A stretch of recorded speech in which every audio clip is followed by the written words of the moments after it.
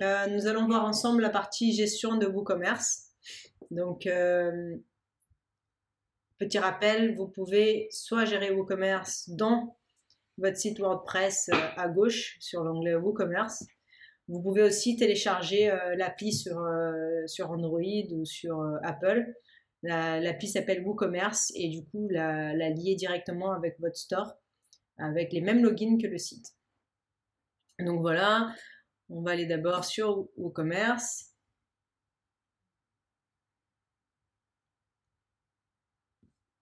Donc là, il y a les gestions les statistiques de vente, de visite. Il y a les commandes à gauche.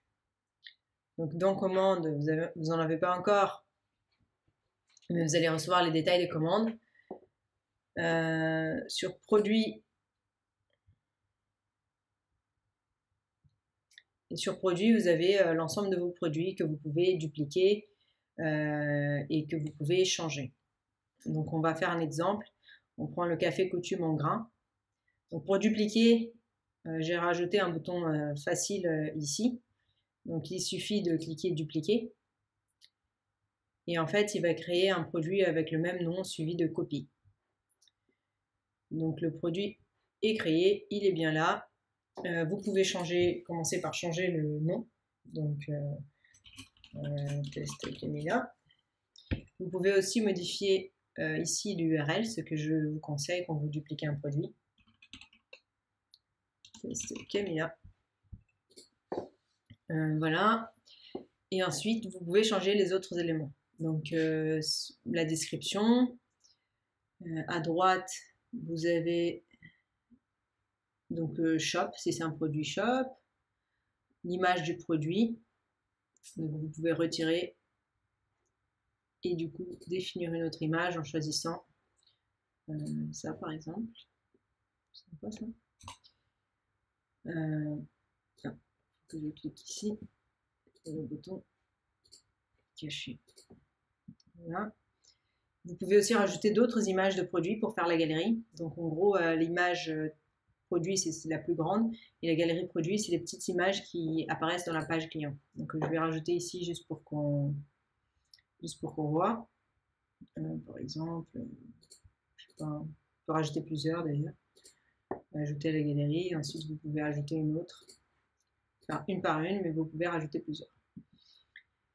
Les attributs, on n'utilise pas. Et donc quand on descend, il y a ici le module Yoast où vous pouvez changer les éléments de référencement, donc le titre, photo, etc. Et vous avez là les données du produit. Donc données produit, vous avez le prix, les prix promo, donc si vous voulez faire une promo de 10 € par exemple, et vous pouvez aussi planifier, donc dire quand est-ce que ça commence, quand est-ce que ça finit cette promo. Si vous ne planifiez pas, elle est active tout de suite. L'état de la TVA, donc si c'est taxable ou pas, et vous pouvez choisir si c'est alimentaire, non alimentaire, taux zéro. Donc ça, on a déjà préparé pour vous. Inventaire, s'il y a une quantité de stock, si vous voulez autoriser les commandes en réapprovisionnement. Donc je vous laisse explorer les différents détails, mais ils sont assez explicites. Donc le poids, c'est surtout pour l'expédition. Les produits liés, donc vous pouvez lier d'autres produits. Donc par exemple, dire que le test Camilla est relié au café coutume, par exemple. Ou faire des ventes croisées, pareil. Donc c'est juste qu'il va suggérer d'autres produits à la fin de celui-là. Voilà.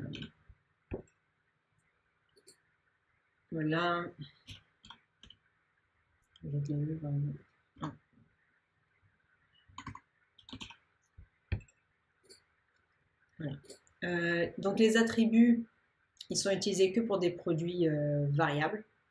Donc les produits variables, c'est quand il y a plusieurs options en fait. Donc supposons on pourrait avoir un test Camilla rouge et un test Camilla bleu. Dans ce cas-là, il faut venir ici et changer produit simple par produit variable.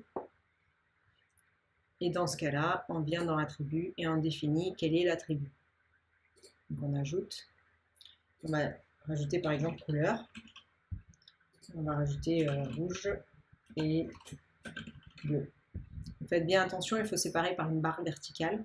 Si vous n'avez pas ça sur votre clavier, je vous recommande de soit copier-coller une barre verticale sur Google ou sur la page.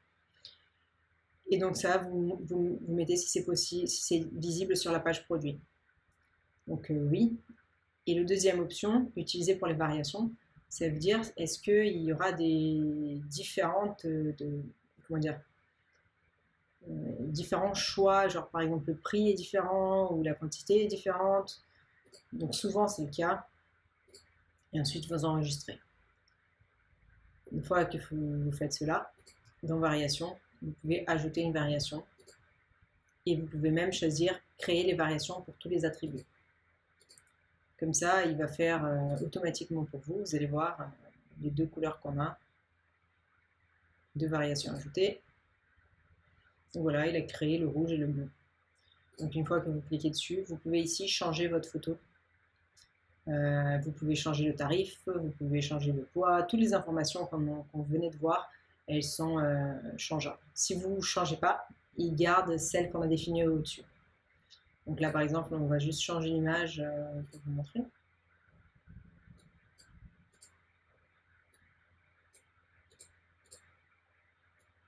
Voilà. Enregistrer.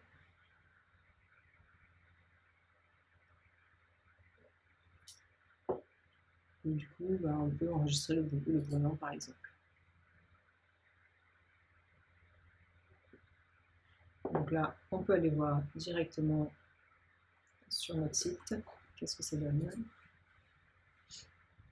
Donc voilà, on a bien notre photo, on a bien la galerie qui est ici. Donc, on a les informations complémentaires de couleurs. J'ai peut-être pas mis le détail. Ah oui, c'est out of stock, donc c'est pour ça qu'on n'a pas l'option de choisir un ou l'autre. Donc on va juste modifier pour que vous puissiez visualiser. Ah ok, donc ils ont indiqué ici, pardon. Il faut mettre un prix sur les variations. J'ai pas mis, donc ils n'affichent pas. 12,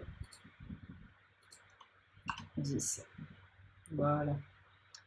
C'est ça qui manquait. On va mettre à jour.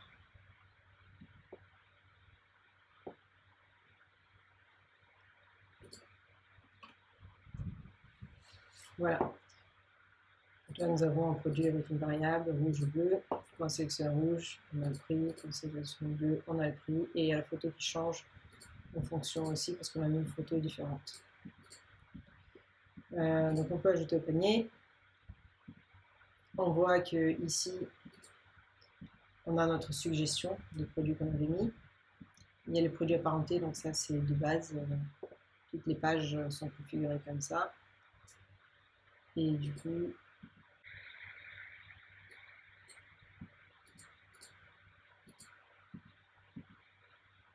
voilà. Donc là, on est dans Shopping Cart. Et il y a aussi les produits où vous serez intéressé, donc les produits cross-selling qui sont là. On a défini. Donc le café de coutume gras, comme il est déjà là, il n'apparaît pas en cross-selling, donc il apparaît que les produits, le deuxième produit qu'on avait mis en cross-selling, en vente croisée.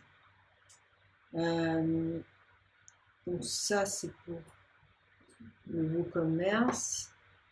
Vous pouvez également créer un produit de zéro, juste en cliquant à ajouter le produit ou ajouter produit ici. Mais je vous recommande quand même de dupliquer les produits, comme ça, ils sont déjà paramétrés en fonction avec les catégories, etc. On revient sur tous les produits.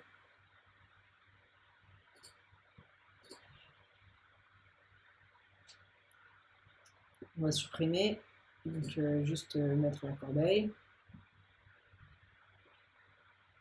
Et voilà, c'est bon, c'est fait. Donc ensuite, je vais vous expliquer comment gérer Stripe. Merci.